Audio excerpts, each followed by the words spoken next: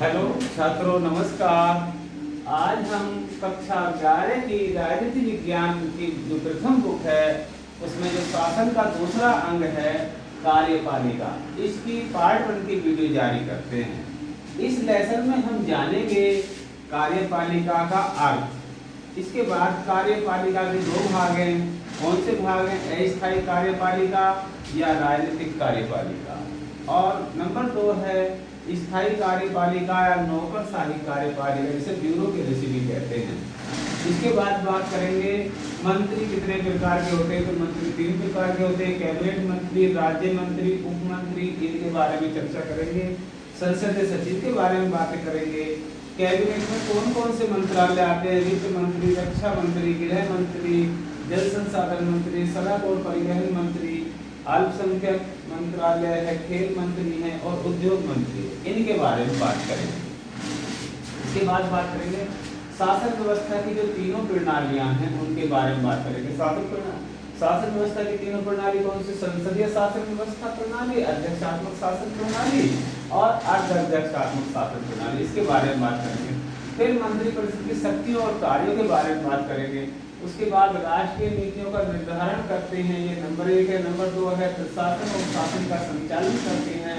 Number 3 है राष्ट्रीय नीति पर नियंत्रण या कंट्रोल का काम भी मंत्रिपरिषद का होता है। आपात स्थिति की घोषणा में क्या रोल है मंत्रिपरिषद का, इसके बारे में जानेंगे। और इसके जो विधायी कार्य हैं इनके बारे में जानेंगे। फिर बात करेंगे राष्ट्रपति का चुनाव, पद और है ना, ये सब है ना अनुच्छेद के अनुसार बात करेंगे। अनुच्छेद 54 के बारे में बात करेंगे जिसमें राष्ट्रपति का निर्वाचन है। अनुच्छेद 55 के बारे में बात करेंगे जिसमें राष्ट्रपति की चुनाव की रीति है, ये बात करेंगे। और अनुच्छेद 58 में बात करेंगे योग्यता है उसकी राष्ट्रपति की। अनुच्छेद 60 में जो शपथ है उसके बारे में बात करेंगे। और अनुच्छेद 61 में महाभियोग के राष्ट्रपति को कैसे उसके पद से हटाया जा सकता है।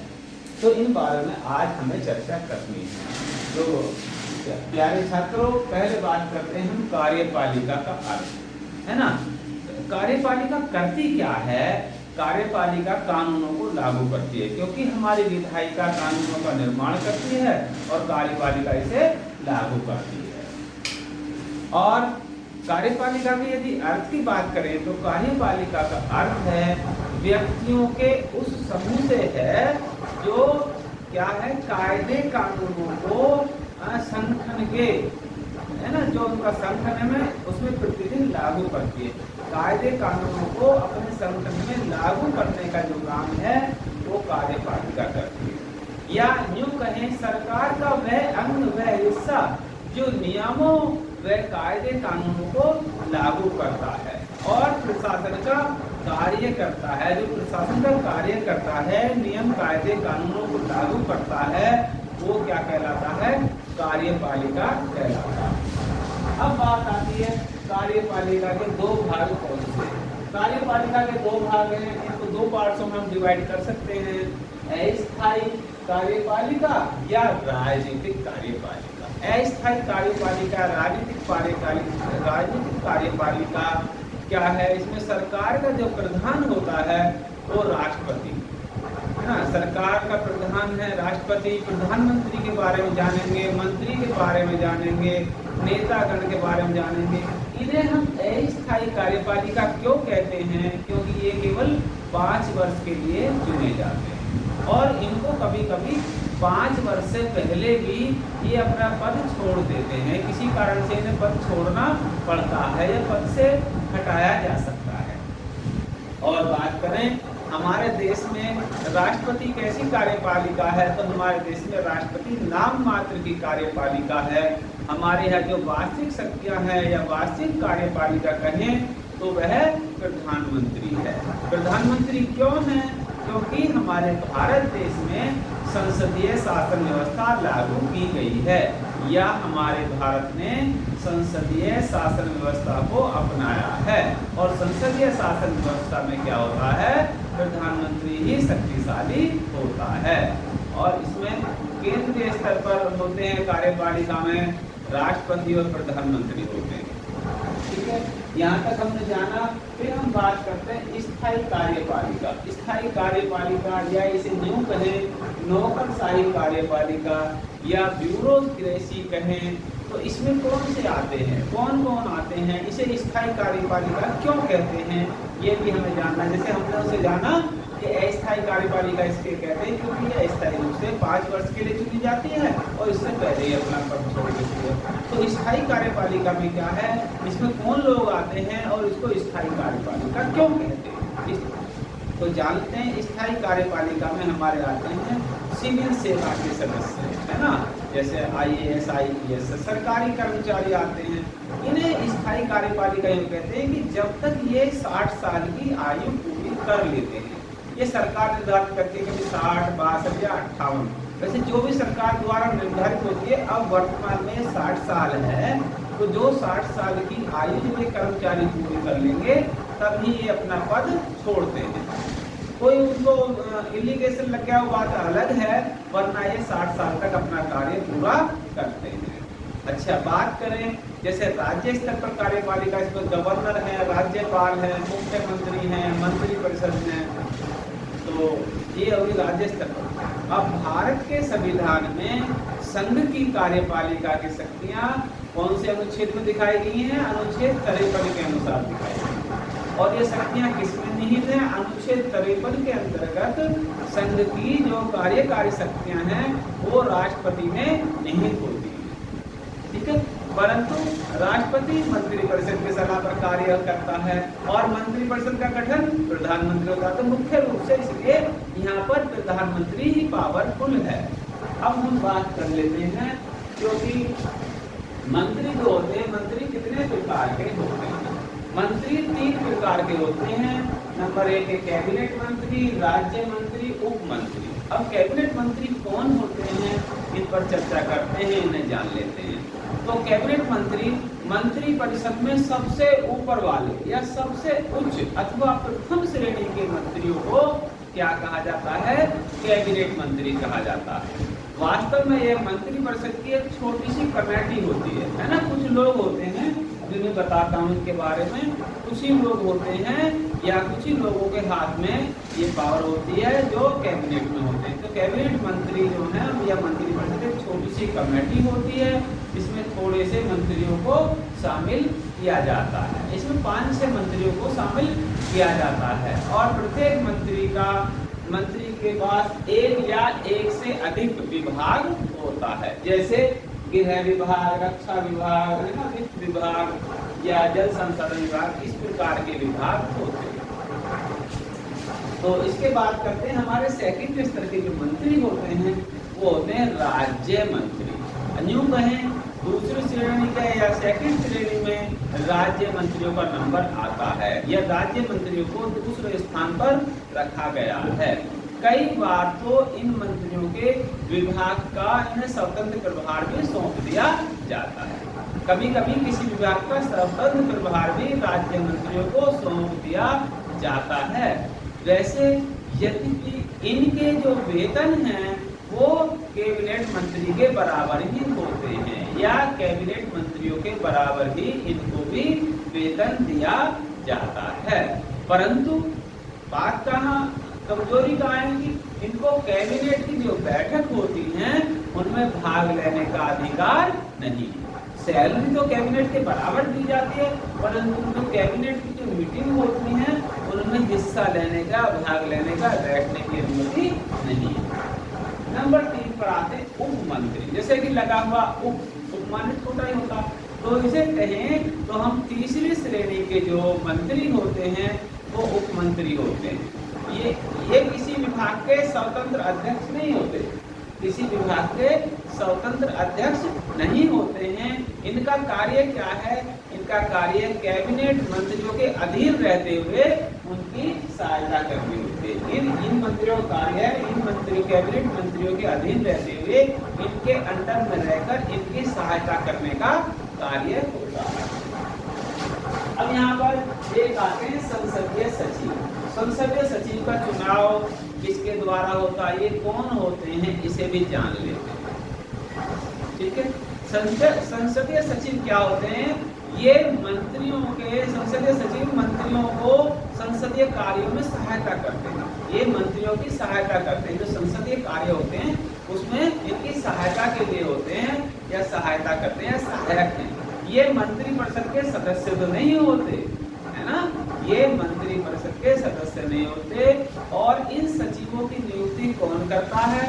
इन सचिवों की नियुक्ति हमारे प्रधानमंत्री करते हैं, या प्रधानमंत्री के द्वारा हमारे संसदीय सचिवों की नियुक्ति होती है, तथा शपथ भी इन्हें प्रधानमंत्री ही दिलाते हैं। संसदीय सचिवों की नियुक्ति प्रधानमंत्री करते हैं और उन्हें शपथ भी प्रधानमंत्री ही दिलाते हैं। और ये क्या करते हैं? ये राष्ट्रपति को सहायता और सलाह देने के लिए, है ना, जो एक मंत्रिपरिषद होती है उसका सहयोग करते हैं। इसमें क्या होता है? इसका प्रधान प्रधानमंत्री होता है और राष्ट्रपति मंत्रिपरिषद के परामर्श के अनुसार ही कार्य करेगा। हमारे अनुच्छेद 74, अनुच्छेद 74 में ये निश्चित कर दिया गया है कि राष्ट्रपति मंत्रिपरिषद की सलाह पर ही कार्य करेगा।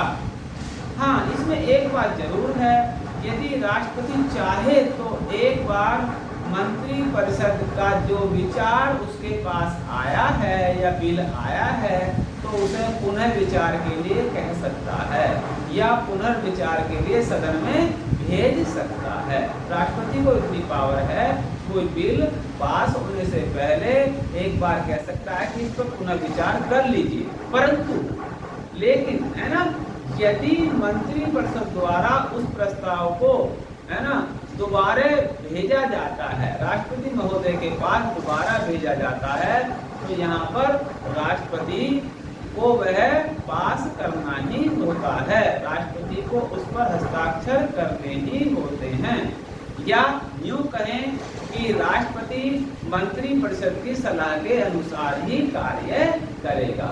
यह ऐसे भी कह सकते हैं कि राष्ट्रपति मंत्रिपरिषद की सलाह मानने के लिए मजबूर है, इस प्रकार से भी कह सकते हैं। अब ये बात करते हैं हम, क्या है, कैबिनेट की। कैबिनेट में कौन कौन से मंत्री आते हैं? जैसे हम एक कैबिनेट बनाएंगे, इसमें हमारे वित्त मंत्री हो सकते हैं, रक्षा मंत्री हो सकते हैं, गृह मंत्री हो सकते हैं, जल संसाधन मंत्री हो सकते हैं, सड़क एवं परिवहन मंत्री हो सकते हैं, अल्पसंख्यक मंत्रालय के मंत्री हो सकते हैं, खेल मंत्री हो सकते हैं, उद्योग मंत्री हो सकते हैं। इसमें कभी कभी एक व्यक्ति को एक से ज्यादा मंत्रालय भी दिए जा सकते हैं। एक मंत्रालय या एक से अधिक मंत्रालय भी एक ही व्यक्ति को दिए जा सकते हैं। अब बात करते हैं शासन व्यवस्था की जो प्रणालियां हैं वो कितनी हैं। शासन व्यवस्था की 3 प्रणालियां हैं, तीनों के बारे में आज बात करेंगे। कौन कौन सी प्रणालियां हैं? तीनों, संसदीय शासन प्रणाली, अध्यक्षात्मक शासन प्रणाली और अर्ध अध्यक्षात्मक शासन प्रणाली, है ना। संसदीय शासन प्रणाली, अध्यक्षात्मक शासन प्रणाली और अर्ध अध्यक्षात्मक शासन प्रणाली। आज हम तीनों के बारे में बात करेंगे। सबसे पहले लेते हैं संसदीय शासन प्रणाली। प्यारे बच्चों, भारत, आपको ये पता लगाना कि भारत में कौन सी संसदीय प्रणाली है। इस व्यवस्था में सरकार के प्रमुख को प्रधानमंत्री कहते हैं। जो संसदीय शासन व्यवस्था प्रणाली है, इसमें सरकार का जो मुखिया होता है वो प्रधानमंत्री होता है। और वह कौन होता है? वह उस दल का नेता होता है जिसे किसे विधायिका में बहुमत प्राप्त होता है ना। जिस पार्टी को विधायिका में, विधायक, है ना, पार्टी या दल को, जिस पार्टी या पार्टी या दल या संगठन को विधायिका में बहुमत प्राप्त होता है, उस दल के नेता को प्रधानमंत्री बनाया जाता है। भारत में चूंकि संसदीय शासन प्रणाली अपनाई गई है, तो यहाँ राष्ट्रपति भी होता है, मगर राष्ट्रपति कैसा है? यहाँ पर नाम मात्र का प्रधान। राष्ट्रपति के हाथ में ज्यादा शक्तियां नहीं है, है ना। ऐसी व्यवस्था किन किन देशों में अपनाई गई है? भारत, ब्रिटेन, जापान, जर्मनी आदि बहुत सारे देश हैं जहाँ पर संसदीय शासन प्रणाली को अपनाया गया है। ठीक है, संसदीय शासन प्रणाली समझ गए। इसके बाद बात करते हैं हम अध्यक्षात्मक। अध्यक्ष जहाँ पर पावरफुल होता है अध्यक्षात्मक शासन प्रणाली। इस शासन व्यवस्था में राष्ट्रपति प्रमुख होता है। अध्यक्षात्मक शासन प्रणाली में क्या होता है? राष्ट्रपति प्रमुख होता है। वह राज्य राष्ट्र एक ही बात होती है, इसमें कभी कभी कंफ्यूज हो जाते हैं, है ना। राज्य इंटरनेशनल लेवल पर बात करें तो राज्य राष्ट्र एक ही बात है। तो राज्य राष्ट्र तथा सरकार दोनों का ही प्रमुख होता है और राष्ट्रपति। और इसमें क्या होता है? अध्यक्षात्मक शासन प्रणाली में राष्ट्रपति ताकतवर होता है ना। और राष्ट्रपति का चुनाव प्रत्यक्ष मतदान विधि द्वारा कराया जाता है। ये देश कौन से? अमेरिका, ब्राजील, लैटिन अमेरिका, जहाँ पर राष्ट्रपति का चुनाव प्रत्यक्ष विधि से कराया जाता है, जनता के द्वारा कराया जाता है, वहाँ पर क्या होता है? अध्यक्षात्मक शासन व्यवस्था होती है और राष्ट्रपति मजबूत होता है। नेक्स्ट आती है अर्ध माने आधा अध्यक्षात्मक शासन प्रणाली, जहाँ पर आधी शासन प्रणाली प्रधानमंत्री के पास है और आधी पावर राष्ट्रपति के पास है। दोनों बराबर बराबर के हकदार हैं। तो इस व्यवस्था में क्या कहेंगे? राष्ट्रपति तथा प्रधानमंत्री दोनों होते हैं, दोनों के पास शक्तियां होती हैं, परंतु इसमें राष्ट्रपति को जो है दैनिक कार्यों का संपादन करने के लिए महत्वपूर्ण शक्तियां प्रदान की गई हैं, है ना। दैनिक कार्यों का संपादन करने के लिए उसके पास महत्वपूर्ण शक्तियां उपलब्ध होती हैं। इसमें कई बार क्या होता है? राष्ट्रपति और प्रधानमंत्री ही एक ही पार्टी के हो सकते हैं, राष्ट्रपति और प्रधानमंत्री एक ही दल के हो सकते हैं, लेकिन कभी कभी क्या होता है? अलग अलग पार्टी हो जाते हैं, राष्ट्रपति की दूसरी पार्टी का, प्रधानमंत्री की दूसरी पार्टी का। तो ऐसी स्थिति में विवाद खड़े हो जाते हैं और देश के लिए हानिकारक हो सकते हैं। यह शासन प्रणाली कौन से देशों में अपनाई गई है? फ्रांस में, रूस में, हमारे पड़ोसी देश श्रीलंका में अपनाई गई। अब हम बात करेंगे इसके बाद मंत्री परिषद की शक्तियां तथा कार्य। मंत्री परिषद की शक्तियां तथा कार्यों के बारे में बात करेंगे। तो मंत्रिमंडल की जो शक्तियां हैं संविधान में उनको परिभाषित नहीं किया गया। मंत्री परिषद या मंत्रिमंडल की शक्तियों को संविधान में स्पष्ट नहीं किया गया है, किंतु शासन को चलाने का जो काम है वो किसका है? मंत्री परिषद का ही है। अब इसके है ना शक्तियों और कार्यों के अनुसार हम बात करते हैं राष्ट्रीय नीतियों का निर्धारण। अब राष्ट्रीय जो नीति होती है उनका निर्धारण कौन करता है? मंत्री परिषद ही करती है। मंत्रिमंडल सरकार की जो विदेश नीति होती है या घरेलू नीतियां होती हैं उनका निर्धारण करता है, उनको बनाता है, उनके बारे में फेरबदल करता है। यह क्या करते हैं? ये सभी प्रमुख समस्याएं, जैसे रक्षा की समस्या है, सुरक्षा की आवश्यकता है, किसी राज्य में राष्ट्रपति शासन लगाना है, नए राज्यों का निर्माण करना है, नए राज्य बना देते, कभी छोटे राज्य बना देते, जब राज्यों की मांग उठती है तो नए राज्यों का है ना निर्माण करना है। और क्या है? औद्योगिक नीति बनानी है या प्रौद्योगिकी किसी दूसरे देश से आयात करनी है, प्रौद्योगिकी को बुलाना है, या हमारे यहाँ चुनाव में सुधार करने हैं, या इत्यादि जो काम होते हैं इनके जो संबंध में कार्य होते हैं राष्ट्रीय नीति के निर्धारण के अंतर्गत आते हैं। और क्या काम करती है? नंबर 2 पर देखें ना, प्रशासन या शासन का संचालन। प्रशासन या शासन का संचालन है ना मंत्री परिषद के द्वारा ही होता है।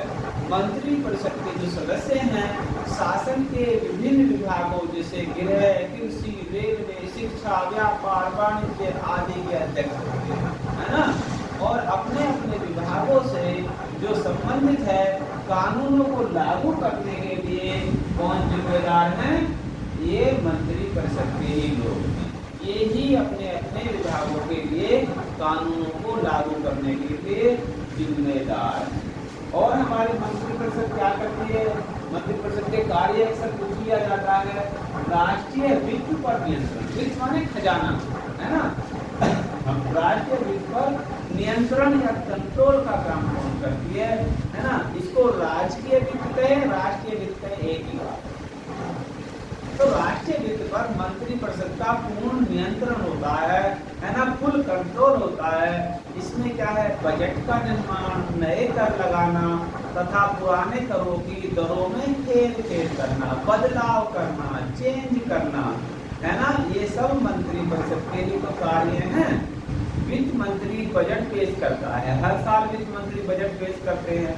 जब एक बार बजट पेश हो जाता है तो जो धन होता है उस धन को खर्च करने का जो अधिकार है वो मंत्रियों को दिया जाता है ना। मंत्रिपरिषद के जो मंत्री होते हैं उनको ही उस बजट का जो धन होता है उसे खर्च करने का अधिकार होता है। परंतु सभी विभागों का जो ऑडिटर जनरल द्वारा जांच करानी जरूरी है। ये जो धन खर्च करते हैं सभी मंत्री, इनके जो अलग अलग विभाग के ऑडिटर जनरल होते हैं उनके द्वारा इसकी जांच करानी जरूरी है। और बात करें आपात स्थिति की घोषणा, ये एक आपात स्थिति की घोषणा भारत में बहुत विवादित रहा 1975 वाला के, है ना, उसे विस्तार से 12th क्लास में पढ़ाएंगे। आज एक इतना जान लेते हैं कि आपात स्थिति की घोषणा में मंत्रिपरिषद का महत्वपूर्ण रोल है। तो बात करते हैं अनुच्छेद 352 में, युद्ध हो, बाह्य आक्रमण हो, और यदि हमारे किसी देश के अंदर ही किसी सेंटर में सशस्त्र विद्रोह कर दिया हो। सशस्त्र विद्रोह का मतलब है विद्रोह के साथ साथ इसमें हथियार भी उठा लिए हों, ऐसी स्थिति। अगर हम शांतिपूर्ण कोई आंदोलन करने, धरना प्रदर्शन करने, तब ये नियम लागू नहीं होता है ना। शांतिपूर्ण में धरना प्रदर्शन का अधिकार संविधान में मिला हुआ है। यदि हम अपनी मांग बनवाने के लिए हथियार उठा लेते हैं, सशस्त्र विद्रोह की स्थिति हो जाती है, तो राष्ट्रपति, है ना, इसमें क्या है, आपातकाल की घोषणा करते हैं। परंतु राष्ट्रपति तब तक आपातकाल की घोषणा नहीं कर सकते, है ना, जब तक कि उसके विषय में मंत्रिपरिषद ने कोई निर्णय ना लिया हो। जो मंत्रिपरिषद है, जो कैबिनेट है, कमेटी है, उसने कोई निर्णय ना ले लिया हो, है ना, तब तक राष्ट्रपति ऐसा नहीं कर सकते। इतना ही नहीं, यहाँ पर नहीं है, यह निर्णय लिखित रूप में राष्ट्रपति के पास पहुंचना चाहिए, है ना। तो ये हमने बाद में संशोधन किया, कहीं ऐसा ना हो कि 1975 वाली स्थिति उत्पन्न हो जाए। इसलिए हमने क्या करा है, विद्रोह की जगह सशस्त्र विद्रोह कर दिया, और ये लिखित जो निर्णय है मंत्रिपरिषद का वो राष्ट्रपति के पास पहुंचना चाहिए। नंबर 5 पर आता है विधायी कार्य। विधायी कार्य में कौन कौन से होते हैं? संसद में अधिकांश विधेयक किसके, मंत्रियों द्वारा पेश किए जाते हैं, है ना। मंत्री विधेयक पेश करते हैं, जब तक मंत्रिमंडल को सदन में बहुमत प्राप्त है या विश्वास प्राप्त है, तब तक ही उसके द्वारा प्रस्तुत विधेयक आसानी से मंजूर हो जाते हैं, आसानी से पास हो जाते हैं। अगर कैबिनेट को, है ना, विधायिका में बहुमत हासिल नहीं है तो उसे अपने विधेयक पास कराना मुश्किल हो जाता है, उसके विधेयक रुक जाते हैं। अब इसमें बात करेंगे हम, है ना, हमारी कार्यपालिका में राष्ट्रपति आते हैं, तो राष्ट्रपति का चुनाव है ना, पद है उनके आदि हम अनुच्छेद के अनुसार बात करते हैं, है ना। राष्ट्रपति के चुनाव, जैसे राष्ट्रपति को अगर कार्यपालिका का प्रथम व्यक्ति या प्रथम नागरिक कह सकते हैं, या राष्ट्रपति भारत का प्रथम नागरिक है, ठीक है। अब इसके बाद में बात करते हैं अनुच्छेद के अनुसार। अनुच्छेद 52 में क्या है, राष्ट्रपति का पद सृजित किया गया, और अनुच्छेद 53 में क्या है, राष्ट्रपति के कार्य और शक्तियों का वर्णन है, और अनुच्छेद 54 में क्या है, राष्ट्रपति का निर्वाचन है। अनुच्छेद 55 में क्या है, राष्ट्रपति के निर्वाचन की रीति है।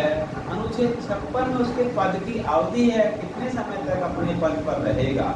और अनुच्छेद 57 में क्या है, पुनर्निर्वाचन, है ना, किसी राष्ट्रपति को दोबारा भी राष्ट्रपति बनाया जा सकता है। अनुच्छेद 58 में राष्ट्रपति की योग्यताओं का वर्णन है, अभी विस्तार से बात करेंगे। अनुच्छेद 59 में 59 में राष्ट्रपति के पद के लिए शर्तें क्या क्या होनी चाहिए, और अनुच्छेद 60 में दर्शाया गया है शपथ किसके सामने लेगा, शपथ का वर्णन है। और अनुच्छेद 61 में बताया गया है महाभियोग, है ना। तो महाभियोग द्वारा कैसे किसी राष्ट्रपति को उसके पद से हटाया जा सकता है। अब हम बात कर लेते हैं हम अनुच्छेद 54। अनुच्छेद 54 में राष्ट्रपति का निर्वाचन, है ना, कि राष्ट्रपति का निर्वाचन कौन करते हैं। राष्ट्रपति का निर्वाचन निर्वाचक मंडल करते हैं, है ना, जो निर्वाचित सदस्य होते हैं। निर्वाचित सदस्य किसके हैं, इसमें जो राष्ट्रपति द्वारा मनोनीत सदस्य होते हैं वो नहीं आएंगे, है ना। जो चुने हुए हमारे इलेक्शन के द्वारा चुने हुए निर्वाचित सदस्य वो आएंगे। किस किस के सदस्य आएंगे, लोकसभा के निर्वाचित सदस्य, राज्यसभा के निर्वाचित सदस्य और विधानसभाओं के निर्वाचित सदस्य। और इसमें क्या आएंगे, दिल्ली और पांडुचेरी के जो विधानसभा के निर्वाचित सदस्य हैं इनको भी शामिल कर लिया गया है। कब से, ये 76वें संविधान संशोधन 1992 के द्वारा इनको भी शामिल किया गया। किनको शामिल नहीं किया गया है उनकी भी बात कर लेते हैं। विधान परिषद, अब भारत में 6 राज्यों में विधान परिषद हैं। अब भारत में 6 राज्यों में विधान परिषद विद्यमान है। इनके सदस्यों को राष्ट्रपति के चुनाव में मत देने का अधिकार नहीं है, अर्थात विधान परिषद के जो सदस्य हैं वो राष्ट्रपति के चुनाव में हिस्सा नहीं लेते हैं। और क्या है, संविधान के 42वें संशोधन द्वारा राष्ट्रपति को मंत्री परिषद की सलाह मानने के लिए बाध्य किया गया है। अब बात करते हैं अनुच्छेद 55 निर्वाचन की रीति। निर्वाचन की रीति क्या है, इसमें समान आनुपातिक प्रतिनिधित्व प्रणाली द्वारा इसको अपनाया गया है। इसमें कौन लोग वोट डालते हैं, जो हमारी संघीय सरकार है, संसद है ना, उसमें लोकसभा के जो 543 सदस्य हैं, अर्थात जो चुनाव द्वारा चुने गए हैं, है ना, उनके, और राज्यसभा के 233 सदस्य जो चुनाव द्वारा चुनकर आए हैं उनको ही राष्ट्रपति के चुनाव में वोट डालने का हक है। यहाँ पर 2 सदस्य मनोनीत होते हैं, यहाँ पर 12 सदस्य मनोनीत होते हैं, उनको राष्ट्रपति के चुनाव में वोट डालने का अधिकार नहीं है। तो केवल हमारी संसद से 776 व्यक्तियों को ही वोट डालने का हक है। इसके साथ साथ हमारे जो राज्यों की विधानसभाएं हैं, राज्यों की विधानसभाएं के जो एमएलए होते हैं वो टोटल हमारे भारत की विधानसभाओं के जो एमएलए हैं 4120 हैं। ये भी राष्ट्रपति के चुनाव में हिस्सा लेते हैं। तो ये थी राष्ट्रपति के निर्वाचन की रीति। अब यदि इसकी पदावधि की बात करें तो अनुच्छेद 56 में इसकी पदावधि का वर्णन है, और ये 5 वर्ष के लिए क्या करते हैं, अपने पद पर रहते हैं। समय की गणना किस दिन से होगी, जिस दिन राष्ट्रपति महोदय शपथ ग्रहण करते हैं। शपथ ग्रहण के दिन से ही ये 5 साल तक अपने पद पर बने रह सकते हैं, तथा समय से पहले भी त्याग पत्र दे सकते हैं। त्याग पत्र किसको देंगे, त्याग पत्र देंगे उपराष्ट्रपति को, या इनको समय से पहले भी हटाया जा सकता, वो मैं बताऊंगा महाभियोग में चर्चा करेंगे, ठीक है। तो राष्ट्रपति महोदय यदि त्याग पत्र देना चाहें समय से पहले तो किसको देंगे, उपराष्ट्रपति को देंगे।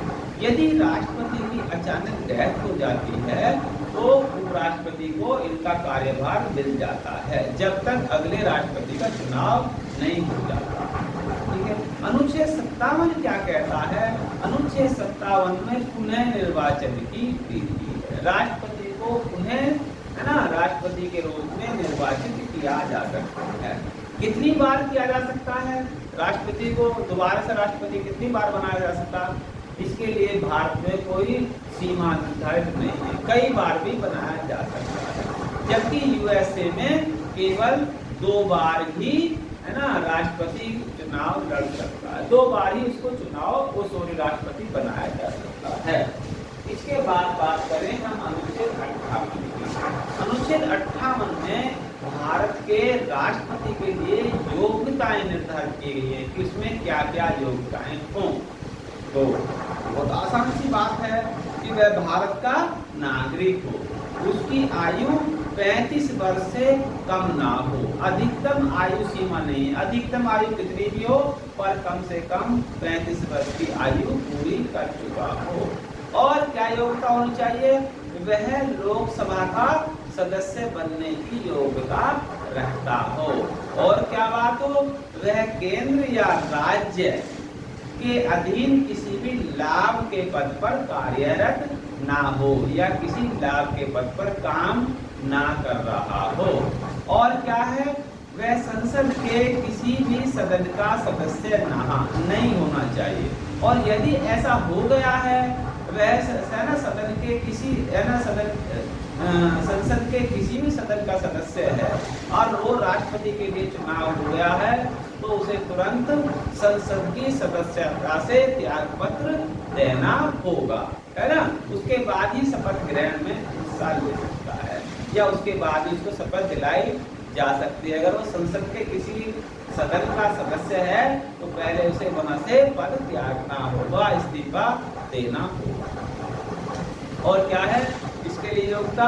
इसे चुनाव लड़ने के लिए 15,000 रुपए जो जमानत राशि है, जमानत राशि के रूप में आरबीआई के पास जमा करने होंगे, है ना। जो राष्ट्रपति का चुनाव लड़ने के लिए 15,000 रुपए जमानत राशि के रूप में आरबीआई के पास जमा करने होंगे या किसी सरकारी खजाने में उसे जमा करने होंगे। और यह राशि कब वापस की जा सकती है? कम से कम जो कुल वैध मत है, राष्ट्रपति पद के लिए जो कुल वैध मत पड़े हैं उनका 1/6, है ना, 6वां हिस्सा उसे कम से कम मिला है तो जमानत राशि वापस की जाएगी, वरना उसकी जमानत राशि को जब्त कर लिया जाएगा, वो सरकारी खजाने में ही रहेगी। और इसमें क्या है, एक संशोधन किया गया 5 जून 1997 को। 5 जून 1997 के संशोधन के अनुसार राष्ट्रपति के चुनाव के लिए कम से कम 50 प्रस्तावक हों और 50 ही अनुमोदक हों। 50 प्रस्तावक और 50 अनुमोदक, ये नहीं हमारे जैसे व्यक्ति के बीच निर्वाचक मंडल के सदस्य हों, जिनकी वोट पड़नी है, इनमें से ही 50 प्रस्तावक और 50 अनुमोदक हों, है ना। तभी हम राष्ट्रपति के पद के उम्मीदवार के रूप में रह सकते हैं, वरना हमारा नाम निरस्त कर दिया जाएगा।